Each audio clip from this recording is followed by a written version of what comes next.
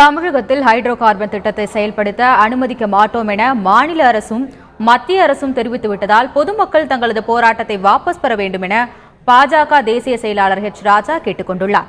மதுரையில் செய்தியாளர்களிடம் அவர் இவ்வாறு கூறினார். முதலமைச்சரும் சொல்லிட்டார், நாங்கள் தமிழகத்தில் அனுமதிக்க மாட்டோம்னு. நாங்கள் தமிழகத்தில் பெட்ரோலியம் திட்டங்கள் கொண்டு வர மாட்டோம், நாங்களும் சொல்லிட்டோம். அதுக்கப்புறம் இப்போ போராட்டம் என்ற விவசாயிகளுக்கு என்னோட ஒரே அப்பீல், நீங்கள் போராட்டத்தை வாபஸ் பெற்றுக்கொள்ளுங்கள்.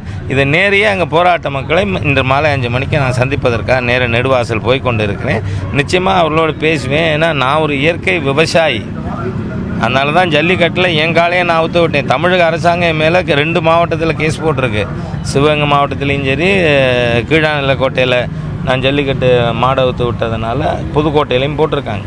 ஆகவே நாம் விவசாயிகள் விரும்பலை, எந்த விதமான ஒரு நிர்பந்தம் செய்ய மாட்டோம். ஆனால் இந்த திட்டம் பற்றிய புரிதலே தவறு இருக்குது.